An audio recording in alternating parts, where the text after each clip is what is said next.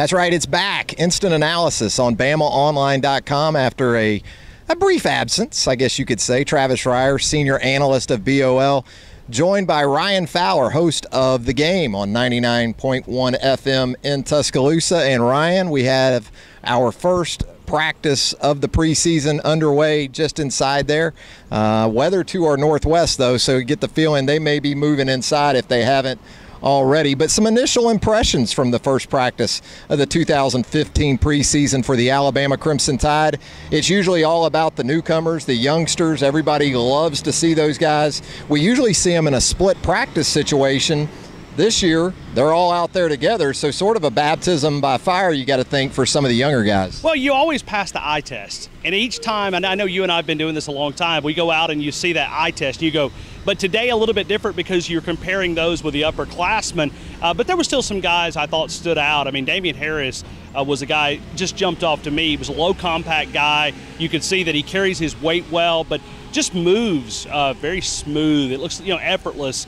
Just some guys. Calvin Ridley, also another guy that really jumps off. But obviously, this first practice, you want to look at energy. You want to see exactly what that passion's like, and you can see some development from a lot of different players, conditioning, and we'll see where this practice goes. What you usually see in this first practice, especially with young guys, is that the tempo, even early in practice, can be overwhelming. The pace of practice, something they're not used to. Even with summer workouts, it's something you can't sort of replicate in the off season. You have to get out there on the practice field and do it. We saw some of that, maybe not as much as I've seen maybe in some other years. So you're right. I thought the guys, especially the young guys, look good. You're right. It's a shorts and helmets practice, so the skill guys typically jump out because they are the guys that with the speed and the flow and all those things. And the guys you mentioned stood out to me. But defensively, I noticed a couple of guys too. At inside linebacker, Adonis Thomas, the true freshman, sort of overlooked in this class of so many stars. But you talk about body type and body potential. Adonis Thomas is a guy who has that. Something we probably don't talk about enough are the second-year guys, because they're fresh in our memory from a year ago when we saw them, and the progression that they make physically is really something to watch. And I thought Christian Miller, the outside linebacker, was a guy who looked like he's made some strides. Really, that outside linebacker position in general. Tim Williams looks, to me, better equipped to be able to play maybe on an every down basis. They have such great depth there, though, with the veterans they bring back. So a lot of competition at outside linebacker, and Tosh Lapoy still very much a presence out there, if you were wondering. Oh, no, you look at Tosh, and I love to watch him coach because he's in your face and gets everybody sort of riled up a little bit when you even look at the media. But you look at that outside linebacker position, it's going to be a big competition, which gives some playing time for some of those younger guys. And you were talking about second-year players. I always go back to Deshaun Hand and watch the transformation from the fall to the spring. And even today, you sort of notice he continues to work. And as talented as that group is, you expect him that he would see some playing time and a significant amount in this, even though it's deep and it's one of the best defensive lines in college football. Those second-year players, it is their big jump. It's like game number one from game number two. It's year number one to year number two. You see the biggest jump for players, and a physical group of just players in general when you look out there, the most talented roster in all of college football. Josh Frazier, another defensive lineman who looks like he's done some really good things in the strength and conditioning program with Scott Cochran's. The offensive line, some newcomers there. Lester Cotton, a local kid from Central High School. Interesting to me, when I was watching, he was working at left tackle. Generally thought of as a guard, but there's been some talk that he could kick outside if needed. Physically, another guy, doesn't look like a true freshman whatsoever.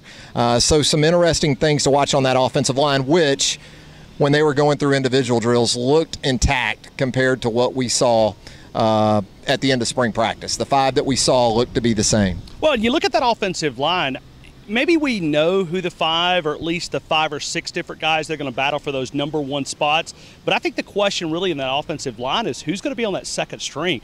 When we go back to A-Day and we go back to some of the spring scrimmages, this offensive line in the second string looked bad. I mean, it was giving up a lot of big plays. And sure, they were going up against the defensive line that's so talented, but you got to find some answers, because at any given time, you may have a guy go down and miss a couple of games, and you've got to go to that reserve player.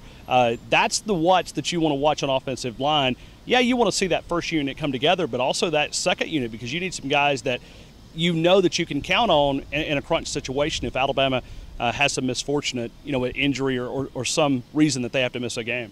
Skill player-wise on the offensive side, very interesting to see Bo Scarborough out there on the practice field. Had a knee brace. Looked like he was. I know. Still getting work though, and there had been rumblings that he had really done some good things in his rehab already from the torn ACL in the spring. But there he was on the practice field and looking pretty good out there. Now, is he cleared from contact? Is he ready to play in a game? I'd be doubtful of that, but just seeing him out there moving around the way he was very impressive. It's always amazing to look at these knee injuries, how they come back quicker. You go back several years ago, and I want to say was it Jerry Rice that came back so quick, and you've had other players that have torn their knee, and it's just like they're back so quick. Now it's even quicker than that. I mean, a young man that can walk out in April and go down with a significant knee injury is back in the first week of August. It was unique to see it, but it really caught me by surprise because I'd heard the rumblings, but you see it with your own eyes and you're like, oh wow, he has made a lot of progress, and I think that's a credit back to his work ethic, the rehab that he's been able to put into it. It was amazing to see Bo Scarborough back out there. Don't know the impact.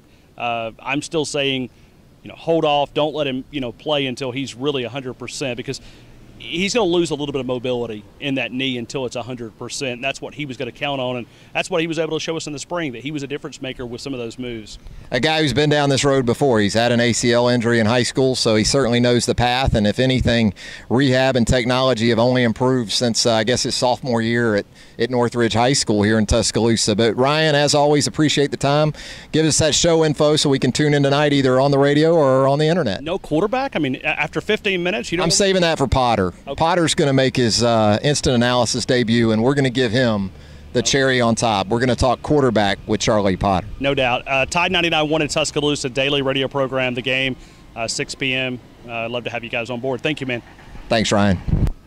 Joined now by Charlie Potter, staff writer for BamaOnline.com, doing a great job out at practice today. Fresh from getting that practice report up that our subscribers yearn for, hunger for. And was talking with Ryan Fowler about a few things, but wanted to save a few topics for you and get your initial impressions, too, of what you saw out there. It's usually about the young guys at this first practice, and this one probably wasn't any different. No, yeah. I mean, there are a lot of guys, especially young guys, that stood out. I think one in particular to me, just from a physical standpoint, because obviously we don't see a lot of them in practice, them doing any physical things except for blocking and tackling drills. You see Joshua McMillan at outside linebacker. I mean, he looks like the real deal. Of course, we know at the outside linebacker position there's a lot of competition, and there are guys in front of him that don't even see the field, like Christian Miller, another guy that I thought looked good just in the first day in no pads. And two, I'm sure Ron already talked about it, the fact that a young guy like Bo Scarborough is even out there and doing practice is honestly unbelievable. That was a wow factor. Yeah, I mean, sure. the guy has to be some kind of cyborg or something to be out there at this point. But honestly, it's from what you hear of his past and overcoming injuries, it's not that much of a surprise. We hear so much talk about maybe Alabama's fading.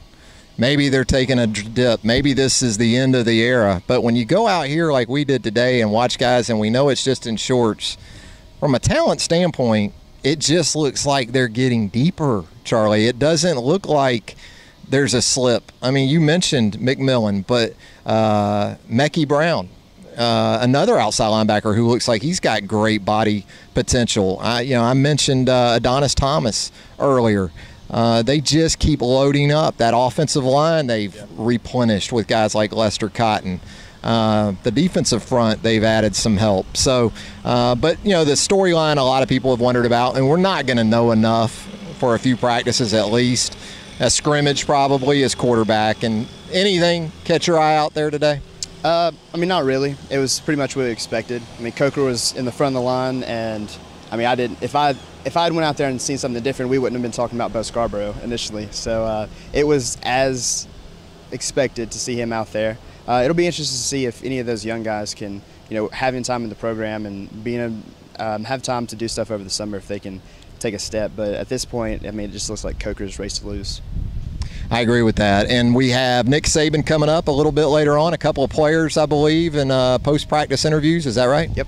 I think we're getting Ashawn Robinson and Ron Kelly. I mean, that's always to be determined, how they feel after practice. But should be a good day. I know. No Jake Coker? No Jake Coker today. Maybe tomorrow. I have no idea when we'll see him.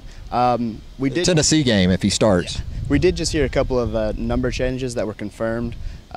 Richard Mulaney, who was initially thought to wear 82, is wearing 16. You and I both saw that. Another guy, Deontay Thompson, who was working with the receivers, is wearing 23. Kind of a surprise. I guess if he's moving to offense, you have to change from 14. And Jabril Washington wearing 23 on defense, so he must be, maybe he's making that switch back for the long term now after switching around in his first spring. So we got a lot coming up, and really appreciate Charlie checking in with us. Does a great job for BamaOnline.com. So keep it right here on BOL for all your Alabama Crimson Tide fall camp coverage. For Charlie Potter, I'm Travis Reier. We'll talk to you again real soon.